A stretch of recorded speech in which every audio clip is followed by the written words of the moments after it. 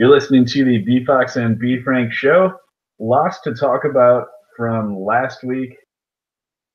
I guess let's start with the big upset. BYU taking down Wisconsin. Wisconsin, number 6 in the country. Basically, we were assuming they would coast through the non-conference, coast through the Big Ten West, and then probably get a challenge in the Big Ten title game, but not even going to get to that point. They lost at home to BYU. Just pretty much takes them right out of the national title race already. Yeah, it's over. Wisconsin's season is done. They'd have to win the Big Ten title by legitimately 100, and I don't even think – I mean, I know that's not possible, but I don't even think that would be enough to do it.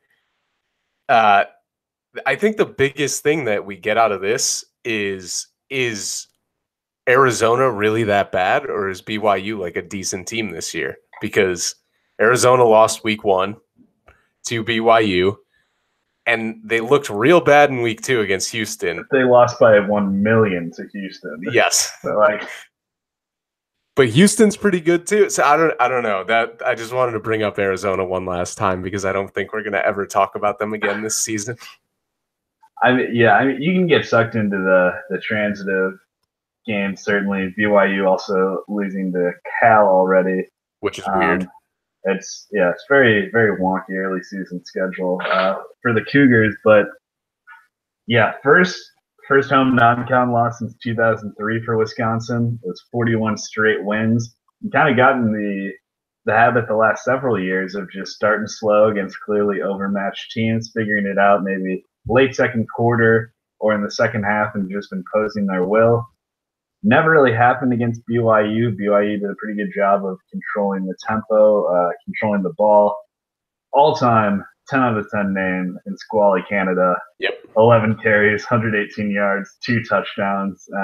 Was a beast on the ground for BYU. And, I mean, Alec Torneybrook is just not going to ever be the answer, it seems like. For them to truly be an elite team, them to actually contend for national title, someone better is going to have to be playing the quarterback position.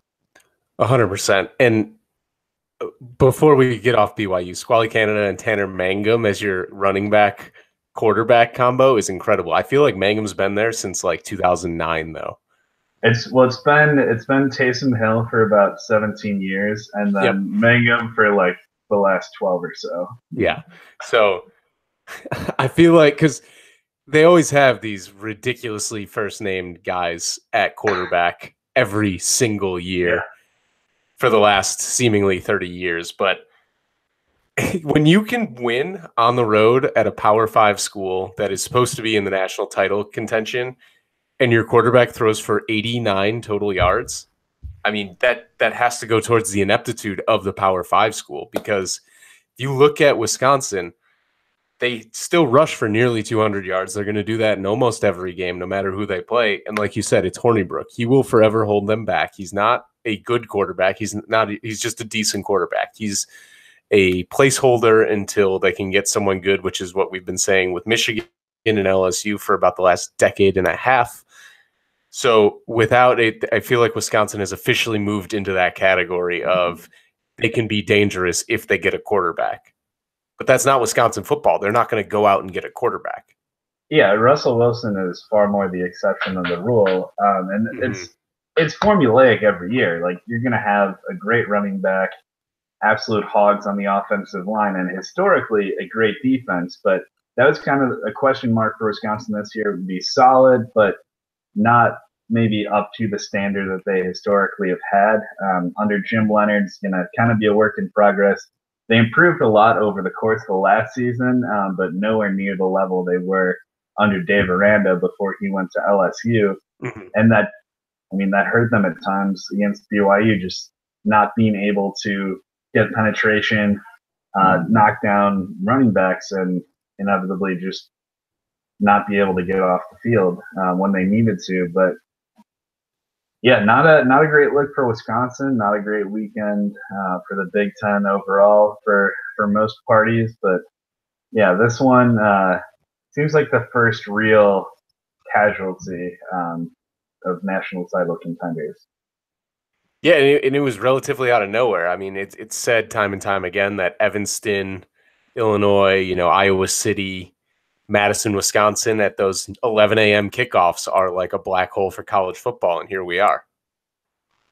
Yeah, I mean,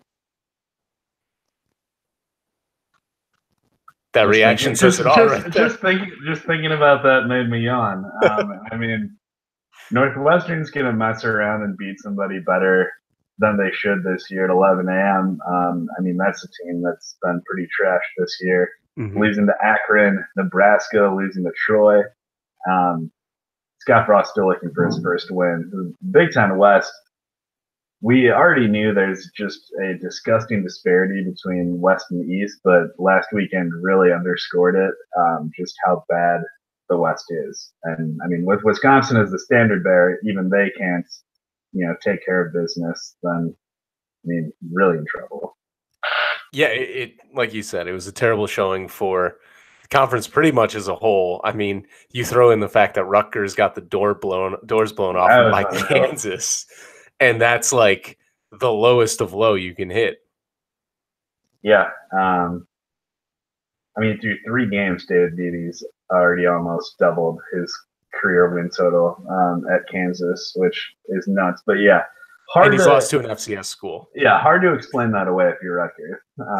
That's really, really no coming back from that. So we'll see if they try to keep playing football over the course of the year. Ohio State did still get a big win for the Big Ten, taking down TCU in Jerry World.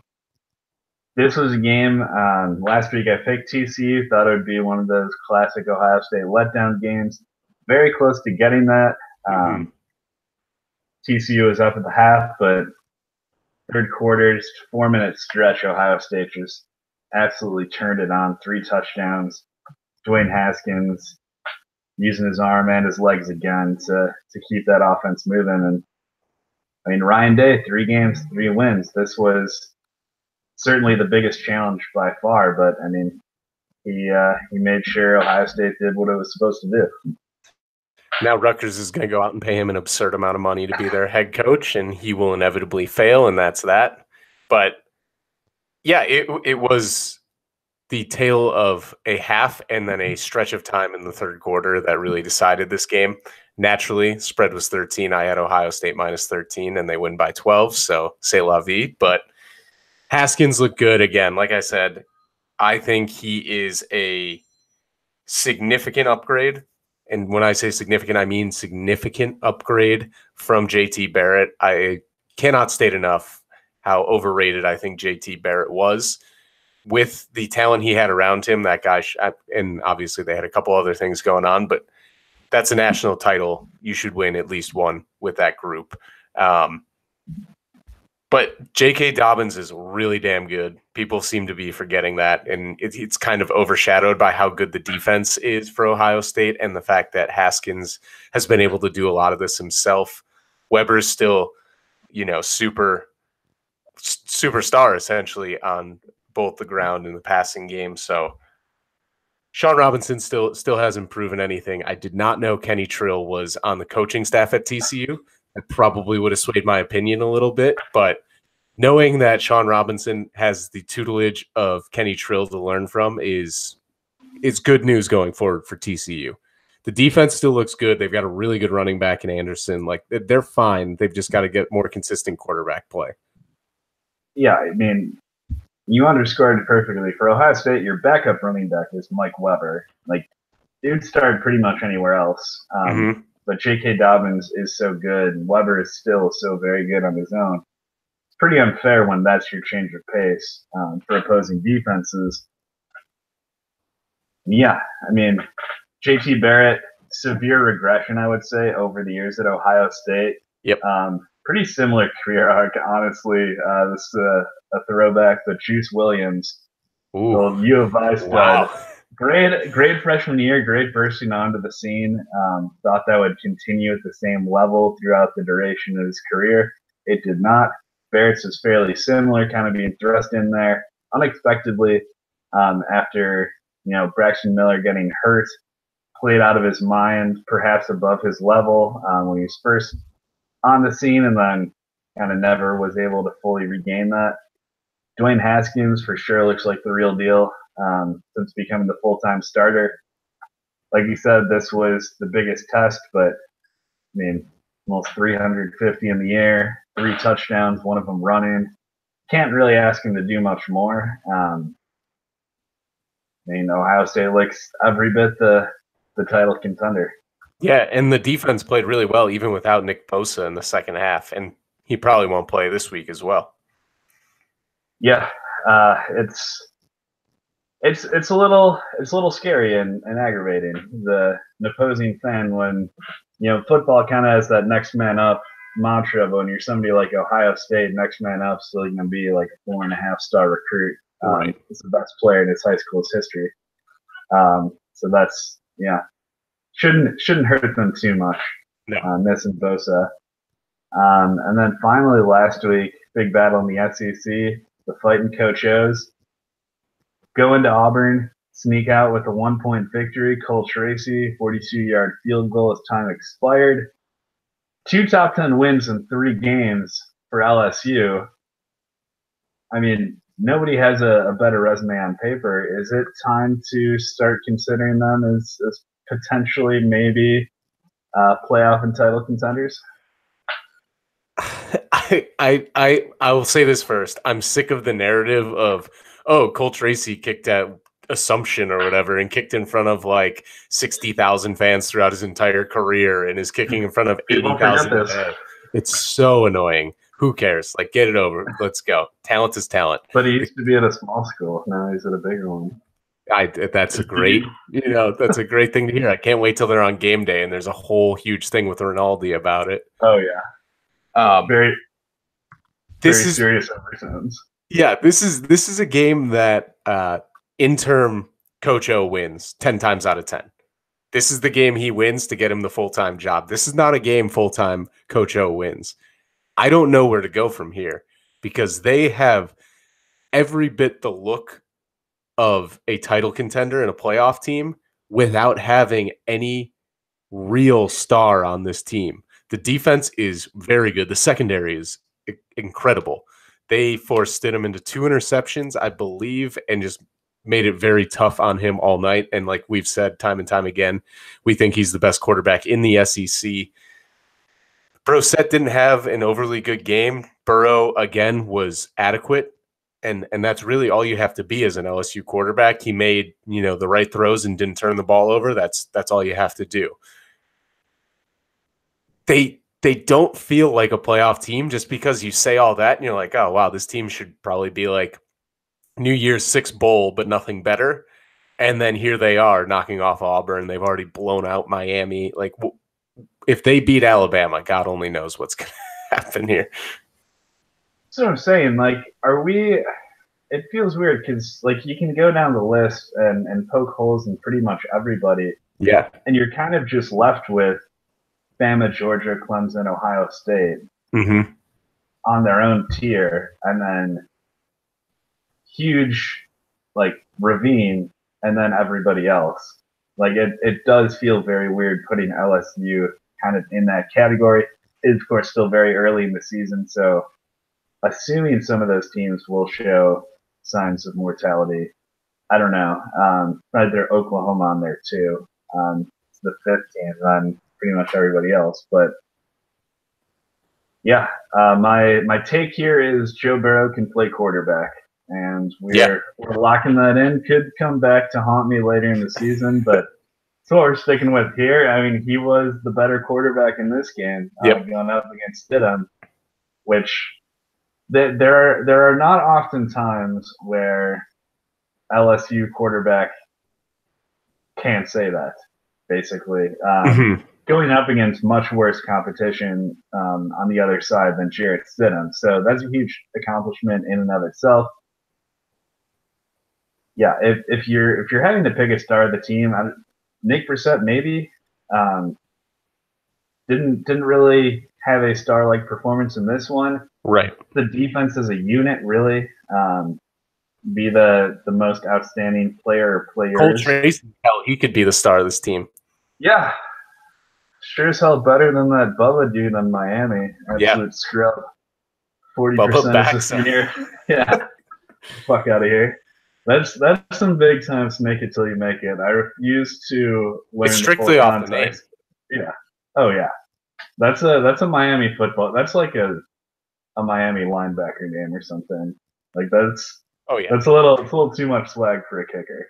So that's probably why he's off base. But I mean, LSU, we will see them play Bama because they have to every year. Maybe that's when it'll all come crashing down. But for now, you said beat Miami handily, beat Auburn on the road um, by any margin. That's impressive. So gotta tip my cap to Coach O through the early season.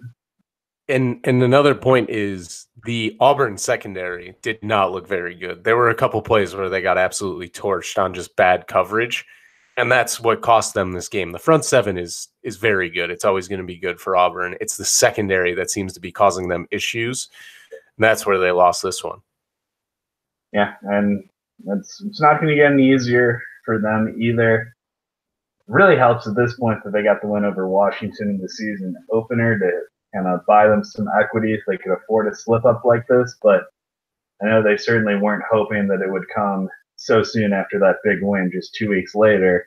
Still have almost the entirety of conference play to go, which of course includes the Iron Bowl with Bama and I mean the rest of the SEC. So a road trip to Georgia. Yeah, that's gonna have to sweep those now. So yeah. Good luck there. Last game from last week, disappointment really. Boise State did not get the job done. Oklahoma State just rolled them 44-21. Most impressive win, obviously, by far for OK State this year. Taylor Cornelius was excellent. 2 rushing touchdowns, 1 through the air. Justice Hill was himself. Playing a little defense, too. Weird. Very weird. 7 sacks by the Cowboys. I mean, Boise State had just been rolling everyone in its path, and you can say it's UConn or Troy, but Troy did just beat Nebraska. People forget that. Mm-hmm. So it's still hard to discount what Boise had done offensively to this point. But I mean, for the most part, Oklahoma State really took them out of their rhythm. Still put up some gaudy passing numbers, but this wasn't a game that was ever particularly that close score-wise. So, I mean, it's kind of like reading a Matt Stafford box score. Yep. And now if you're Oklahoma State, does Mike Gundy have a potentially sneaky Big 12 contender? I think their defense is a lot better than we both had expected, and I think it's going to be top half of the conference. I don't know that Taylor Cornelius can put up another or consistently put up performances like this. As we mentioned, he threw 3 interceptions in the first 2 games against South Alabama and Missouri State, I believe. Not ideal.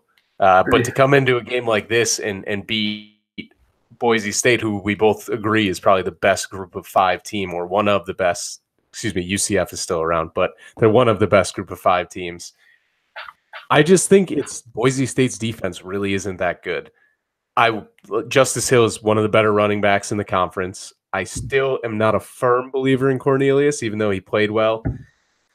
The defense is better than expected. I think they'll probably finish 3rd or 4th in the Big 12, but I don't see them competing with Oklahoma or West Virginia. Yeah, just to address both of those points. I mean, if you're a sort of group of 5 or mid-major type school, unless you have somebody who's absolutely unreal like Houston with Ed Oliver, you're basically going to have to win your games against the quote-unquote big boys by playing track meets. And, I mean, Boise State just didn't keep up against Oklahoma State. But Oklahoma State, like, even for as impressive a win as this is, I think you can only say for sure that they're comfortably top 4 because you still have Oklahoma, West Virginia, and then I think TCU. The question mark is Texas. Kind of a toss-up right now. Yeah, I think Oklahoma State is still gonna still going to give them an edge over Texas, but yeah, Kansas could there's be a getting lot hot. Oh God, can't handle that. There's a lot of quality teams in the Big 12, if not a lot of people garnering like national title contention sort of attention. But I mean, throw Oklahoma State in there is a surprisingly good team. Mm-hmm. And I mean, one that could potentially make some noise. It obviously makes Bedlam a whole hell of a lot interesting if Oklahoma State's going to trot out a pretty damn quality football team, too. You know Oklahoma will. Specifically on the defensive end, which we haven't seen in a while from the Pokes. No, I mean, it's a conference tradition. So, yes. so it's a step in the right direction. Mike Gundy has possibly seen enough from the same team every year that can't quite get over the like 10-3 hump. But we'll see. Looking ahead to week 4, Alabama hosting Texas A&M on game day. A&M's biggest win of the year, the narrow loss to Clemson. Gonna have to top that at Alabama. Do you foresee any scenario in which that happens? No, I don't. Right, if it's a home game for A&M, I think it's a closer game. I think that, it's not quite an Ole Miss. We're going to score right away and then proceed to give up 62 straight or 50, whatever it was. I think it would be like a close game through the first half, and then Alabama pulls away in the second half. But I think Bama wins this one comfortably. The job Jimbo Fisher's done thus far is admirable, given the fact that he really couldn't do too much. He just kind of got in and is coaching at this point. Obviously, there's going to be talent at A&M because that's just how it is, and Kevin Sumlin isn't that bad a coach, despite what people and records may say. No. Pay no attention to the current year. Recruiter. He's a good recruiter. But, yeah, at the end of the day, Alabama's in another class above A&M, and A&M being ranked this year is certainly a feat that I didn't think they would get to. Yeah.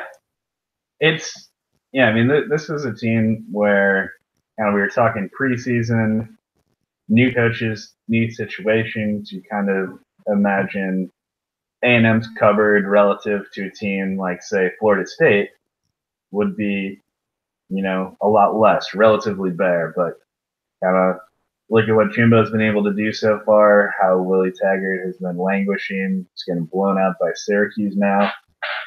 He's clearly exceeding expectations already. It would be very tough to do much here. Like, you kind of hate to have 2 moral victories in the span of a few weeks, but yeah, I don't know. I think playing Alabama close, whatever that line in the sand is, whether it's within 2 touchdowns, within 1 score, whatever it is, especially on the road, that fans can try to take solace from. I'm just having a real hard time seeing them actually pull off a win. Like you said, last week's the perfect example of how Alabama just crushes your will to live. Mississippi scores right off the bat. There's hope, and then it's just the evil empire rolling up like you said, 63 straight points or something. And 50 in the first half too. Yeah, no, it's still the most dynamic offense that Nick Saban has had, which is just adding on to it's already unfair. Yeah, he played 3 quarterbacks in the first 3 quarters of the game. That's how much they were up. Yeah. He had a 4th-string running back in the ball game. And again, for Bama, like Ohio State, these are still guys who are absolute studs in high school. So they can still just tear it up, and they did. They just kept going on poor Ole Miss and Matt Luke. But yeah, this won't be that. Namely, no. A&M has more talent. They've been playing better this year, but at the same time, it's just hard to envision a scenario in which A&M wins this game. If they're playing in front of the Colt, like you said, at home, maybe some crazy things could go their way. But, Just don't see it. Yeah, this isn't. It's going to be a double-digit win, probably in the 20s, but I think it'll be close early on. And then the other ranked matchup, number 7 Stanford and number 20 Oregon. Pac-12 rivalry lost a little bit of its luster since Oregon kind of stopped being a perennial top 5 team every year. Excuse me. This was always the game that would trip them up en route to national title game. They would always lose late on some field goal to Stanford, I felt like, every single year. Now Stanford's a top 10 team, visiting Oregon, trying to dodge the upset. Who do you like in this one? I'm going to go Stanford. I am not confident in the pick because they didn't look particularly good against UC Davis last week and only managed 30 points. They are a team that drags you down and makes you play a slow, methodical type game. It's kind of like Virginia basketball, but not that far. And Oregon just struggled with San Jose State, who is not very good. Herbert hasn't been as good as we had hoped thus far this season, and I don't think their defense is anything great. So Bryce Love's going to have a day, and I'm going Stanford in a close one. And Stanford's basically the Wisconsin of the West. Yes. Like similar color schemes and everything, and they're not really going to be a team that's ever going to just blow people out 50-0. A blowout for them is going to be like 31-10. Yeah. Or honestly, beating USC 17-3 is kind of the Stanford blowout. But yeah, Bryce Love, slow-ish start by his standards. Hasn't had one of those blow everybody off the field performance. Same with Justin Herbert. Thrown for 12 touchdowns on the season, but pretty low numbers overall for somebody who's getting as much NFL hype as he is. I think Stanford's defense is leaps and bounds better than Oregon's. Even if they've got playmakers on both sides. Certainly Herbert obviously has the edge of quarterback. Love does at running back. Sega Whiteside at wide receiver. I think Stanford's defense just tips the scales in their favor, even with this being a road game. It's always the thing that travels. So, a lot of cliches. We go Stanford in this one.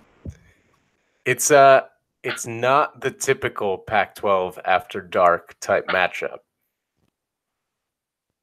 No, we're used to seeing. Not the shootout, not the high scoring bloodbath kind of game. Yeah, the over/under will be set at below 70.